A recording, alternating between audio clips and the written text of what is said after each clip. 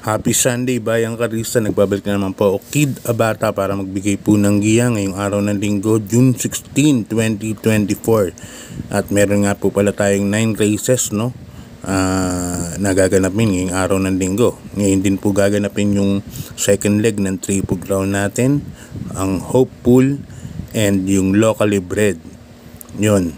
Kamusta naman po yung pangangarera nyo last Friday?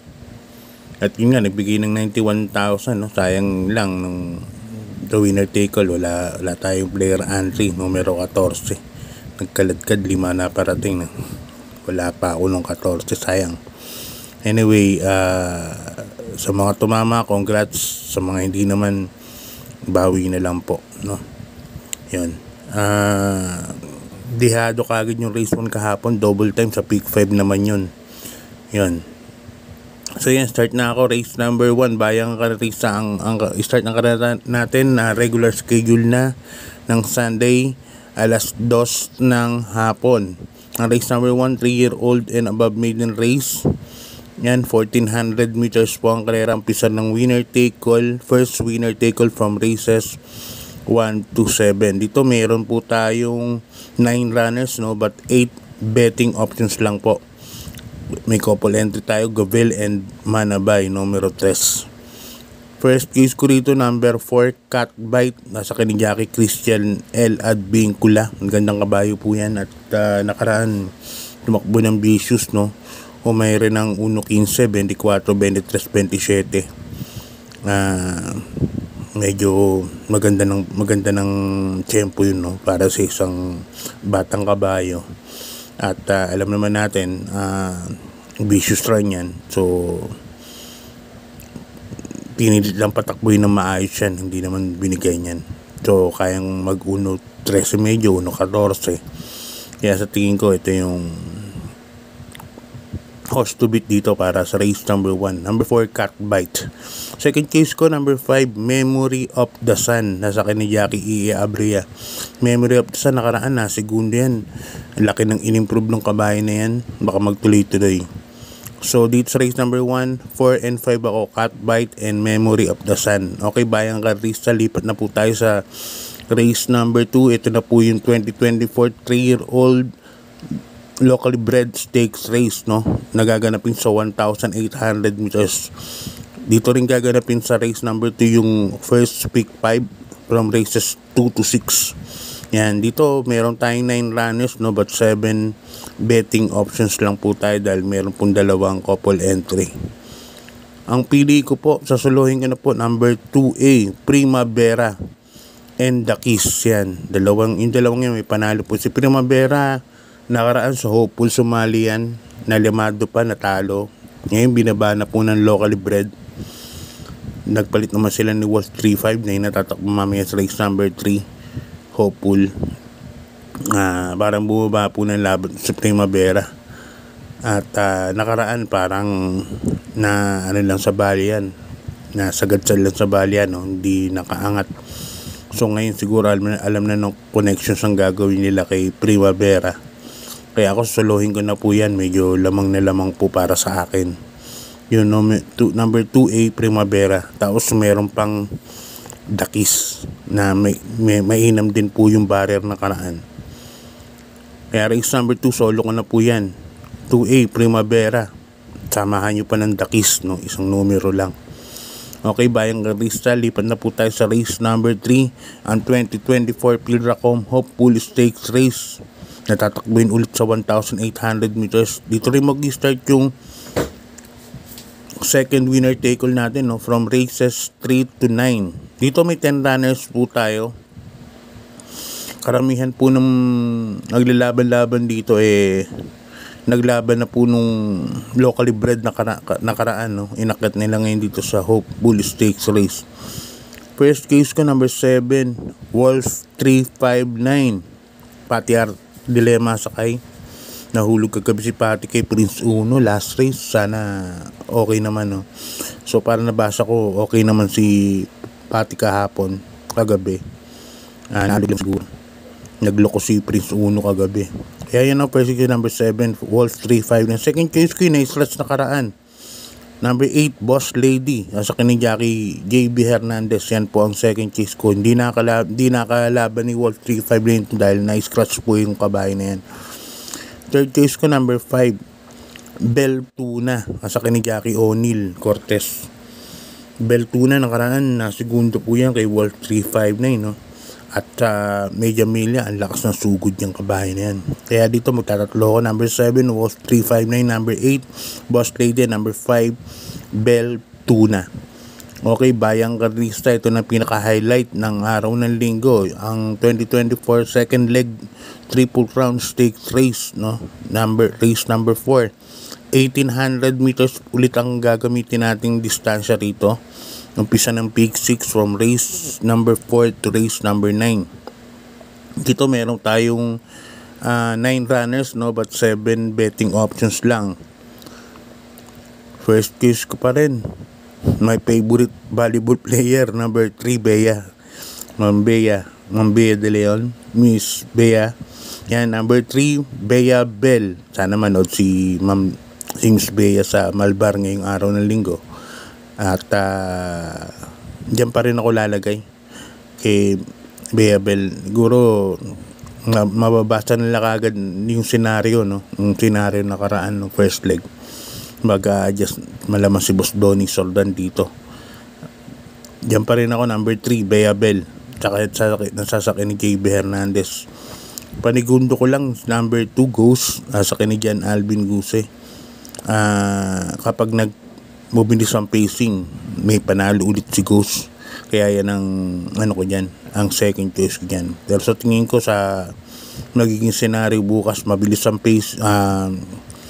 pista pero slow pace lang ang mangyayari.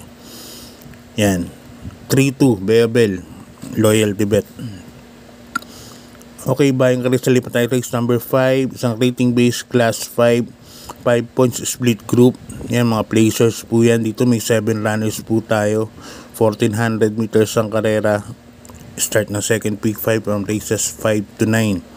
First case ko dito, number 6, Malibu Bell. Sa ni Jackie Chris Garganta. Yan, welcome back sa'yo, Chris. Nagsakay siya ngayong araw ng Sabado kay Baling Rikit, no? Sana makakuha agad ng panalo. Kaya yung first case ko kasi yan ang bandera dyan, Malibu Bell. For your information nga pala, CB Garganta, yan ang parehas ng galaw ni JB Hernandez, no? Naka-wind, ang tawag dito, yung nakayukong-yuko talaga kontra sa hangin. Yan, number 6, Malibu Bell, first case. Second case ko, number 1, Metal Strength. Sa akin ni JC De La Cruz. Tercero ito nakaraan kila Manila Boy, no? Maganda na rin ang tinakbo. Kaya yan ang second choice ko dyan, number 1, Metal Strength.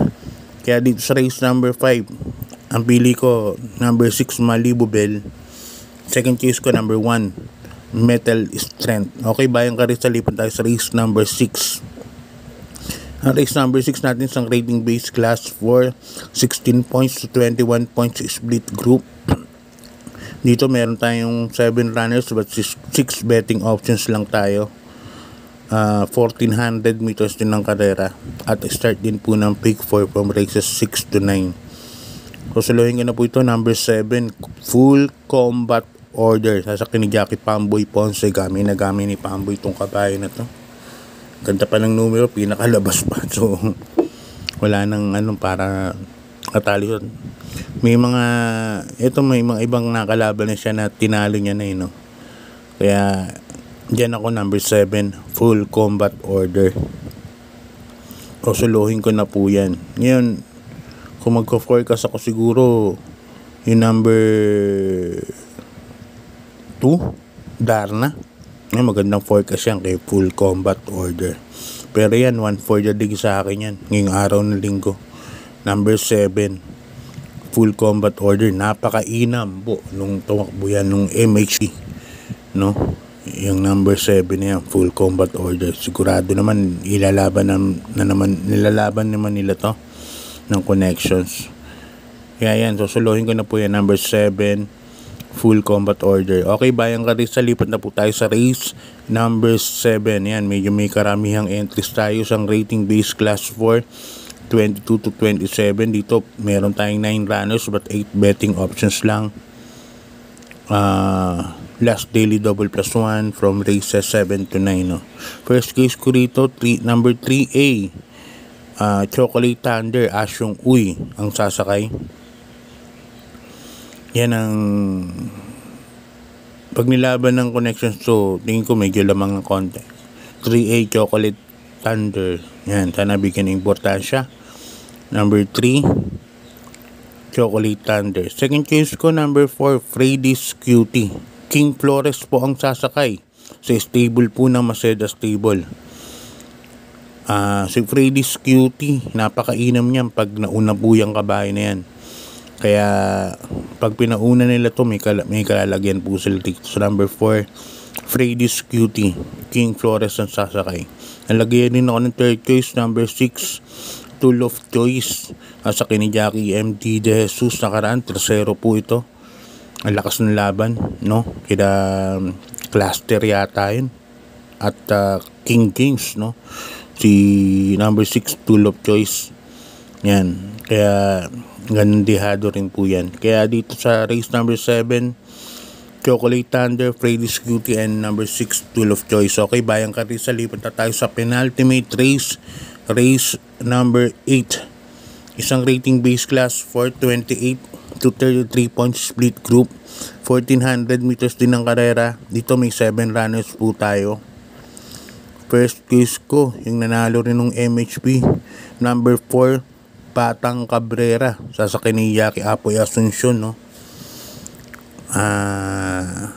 Lakas ang tinalo yan, yung Super Earth, no? Nababae ni Senyor Patrick ko yung tinalo nito, si Batang Cabrera. Kaya medyo malakas yung tinalo talaga. Kaya yan ang first case ko dyan. Number 4 Batang Cabrera, 57 kilograms nga lang ang dala kasi nga plus 3 kilograms dahil nanalo nga ng MHP. No bearing yung time na yun eh. Pero yan pa rin ang grupo na yan. So first case number 4 Batang Cabrera. Second case ko number 6 Basket of Gold to. Long shot ko po ito. Napanood ko po nakaraan to kay Saratoga Chrome Fortissimo. Kasabay ni Saratoga Chrome yung mati tong kabahay na to, si Basket of Gold. Ngayon ang ganda yung numero, baka makapesto. May bilis din po yung kabahay na yan. Gandang long shot to. Kaya pili ko number 4 Batang Cabrera. Second choice ko Basket of Gold. Okay, lipat tayo sa last race, bayang karista. Isang class 5, 6 points to 10 points split group. Distance natin 1400 meters at dito meron tayong 11 runners but 10 betting options lang. Last race po ito, kaya dagdag lang ko kayo. Yan.